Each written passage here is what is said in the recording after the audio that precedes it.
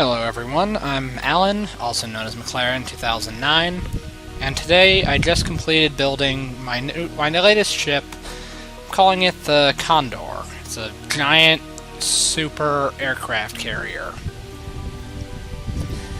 Basically, this project took me 2 days and a lot of hours to complete, so I'm going to do the most logical thing that I could do, and what I've done with all of my greatest projects.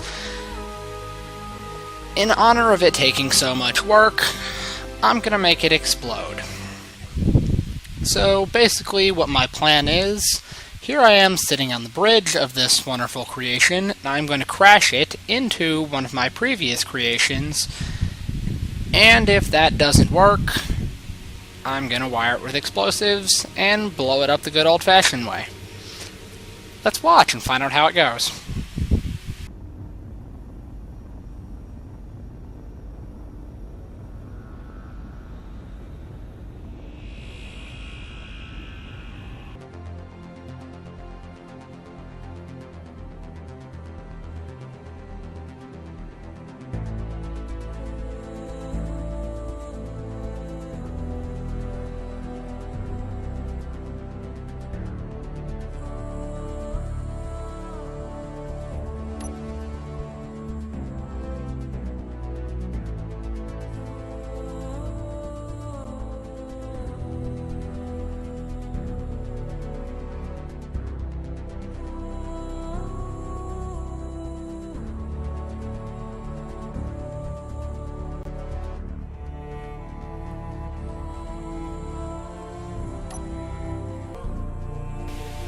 Well, that was chaotic.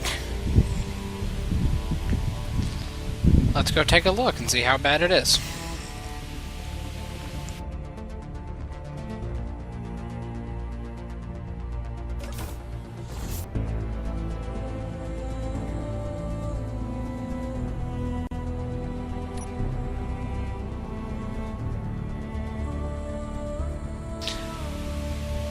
Well, damn.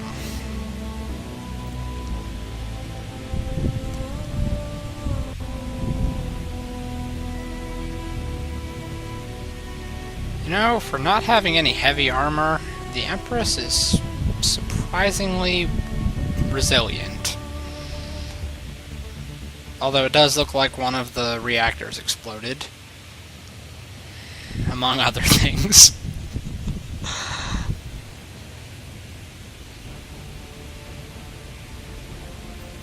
Oh wait, no, that's just gyroscopes. Reactors were back a little ways. At least I think they were. You know, I built this ship, and I honestly don't remember where I put those damn things.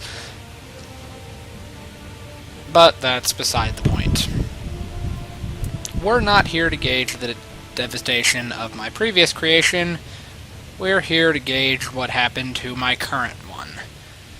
As you can see, once the dampeners kicked in, it kind of started to sink a little bit. So, to see its full damage, we gotta go down here a little ways.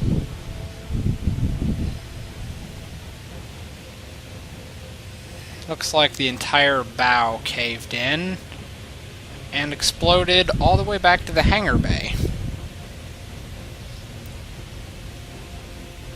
The whole front end is all messed up, including the elevator system. Thrusters are gone. The whole access way going into the lower decks is completely gone. However, that being said, there's not currently much of a lower deck.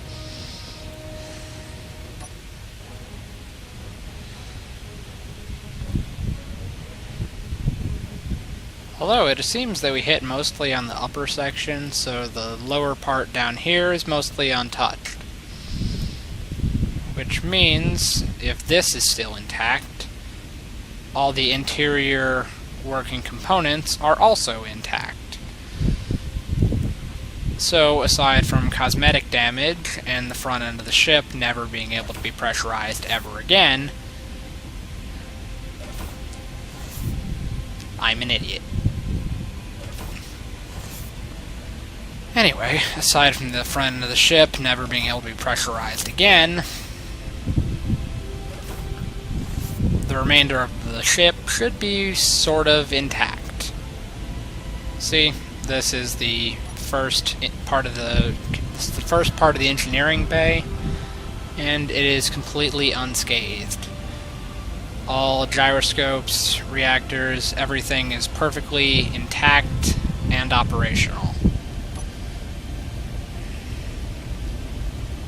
Although I've got a feeling I'm going to regret putting in these old doors, because as I go through here, gravity's causing me to stand at a weird angle, so I may not actually fit.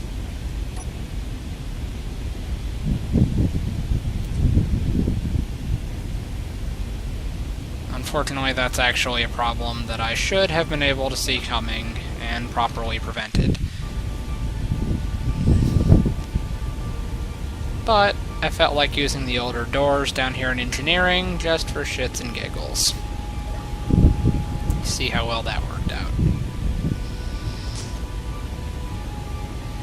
Alright, now here we are back in the beautiful compartment 3, which is the home of my emergency escape hatch. Although there should not be anything glowing blue down here, especially since I didn't even use any blue lights on board this ship. And since the front end of this ship went down instead of up, I can't even say that it's the Empress that's glowing. So this ought to be good.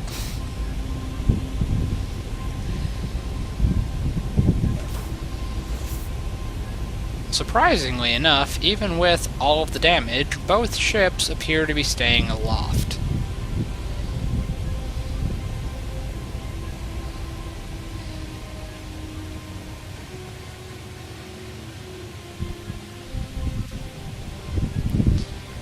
Well, since the functioning structural components are all, or system components are all functioning still, let's see how extensive the damage on top is.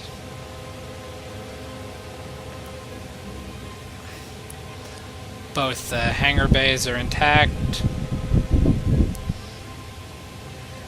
and,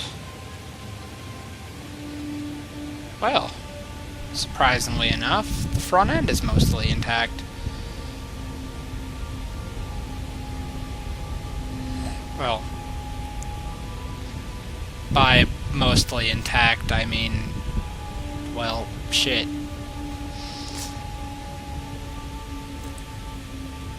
It damaged all the way up to the innermost wall, or, yeah, the innermost wall of the hangar bay. But other than that, everything is still completely operational. All of the conveyors that go down to the bottom of the ship, where they're all connected, all of the functioning systems are still intact. The hangar bay is still fully intact, except it will never be properly pressurized again. And currently the only way into the bottom of the ship is through the bridge side, unless you want to go through this gaping hole.